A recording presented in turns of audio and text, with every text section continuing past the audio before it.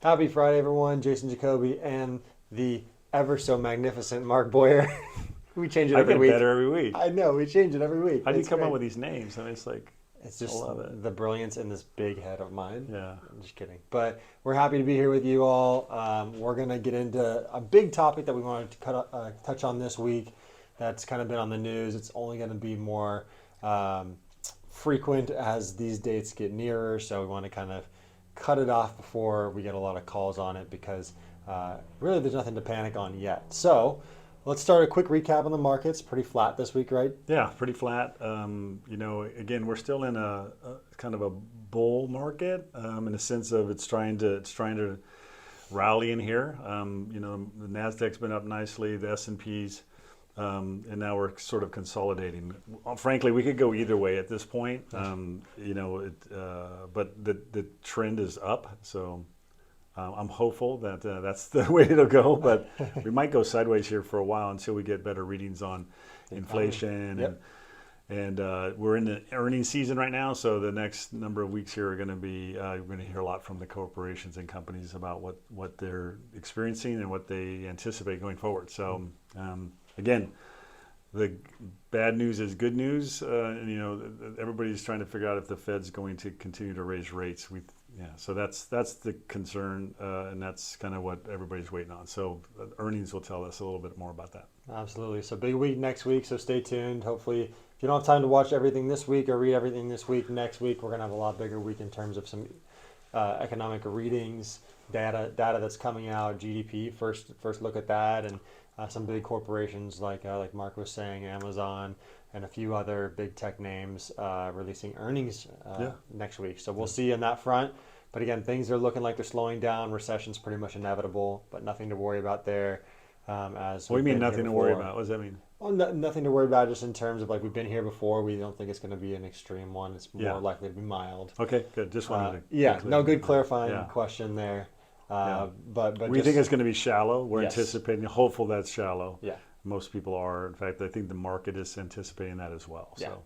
So, yeah. But the major topic that we want to touch on today is the debt ceiling showdown. Republicans versus Democrats, House versus Senate, in terms of majority in each chamber. So let's get into that a little bit. So it's happened over 70 times in our history.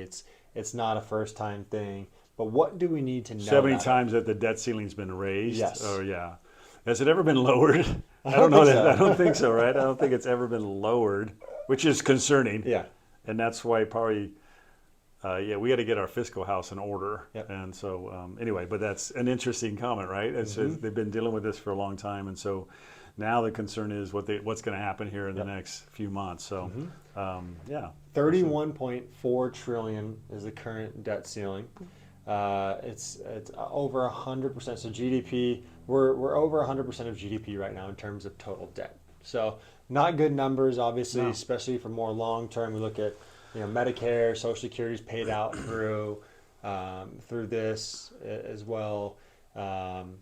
Government workers obviously could be harmed by a potential government shutdown and the paying of the Treasury and our government debt. Which we look back to 2011, right, Dad? I'm sure you remember it pretty well. Yeah, 2011. we had a same issue kind of thing, and ended up, a lot of fighting back and forth, and the U.S. Credit rating actually got dropped from AAA to AA, AA plus, which was yeah. huge, right? I mean, that was a big move, and the markets did not like it in the near term. Yep. So if that were to happen again this year, I mean, we don't know exactly. Hopefully, it all plays out. I know McCarthy has he's presenting some things. Biden says he's not going to negotiate. We have to get our fiscal house in order at some point. They're clearly going to raise it still. I don't think that's going to be the issue, but it's going to be if the Democrats sign on to some fiscal accountability. Right. And so I don't know. It's going to be interesting. I think it's probably 5. I'd say the chances are it's not inevitable that it's going to be a problem. I mean, probably 5 to 10% maybe chance that it is. And so the question is, what happens then? What happened in 2011 is the markets actually did get volatile, bond and stock market. and it lasted for a few months, but then it recovered, and then we had a long from Till COVID. 11 to COVID, a long rally. So again, markets don't like uncertainty. So when there's uncertainty or things that the government's doing or whoever's doing in regards to creating things that the market hadn't thought about or didn't like, then it could, there's volatility. So, but it usually works its way through, and it ends up being has been positive. Like 2011 was a good time to buy, actually, when it dropped. So we'll see.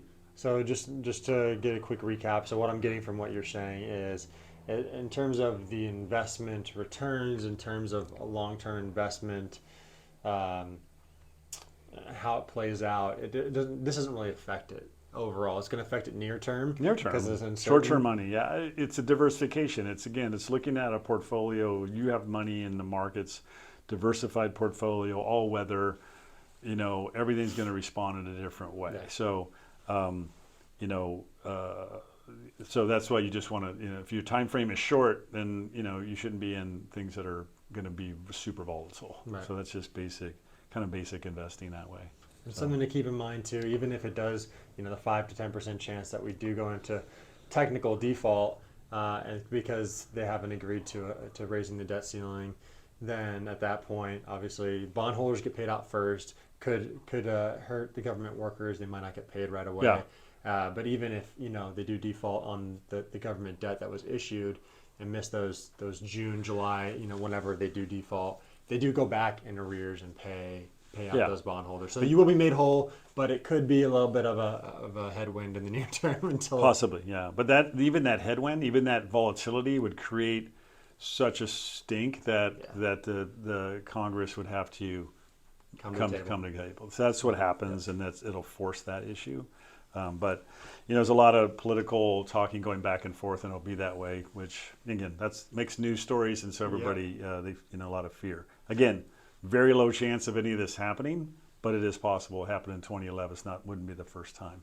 So good to know. We'll keep you updated on that, but wanted to give you a little bit of a tidbit, little knowledge bit there heading into the new week. So have a great weekend. We'll see you next week. Take care. God bless.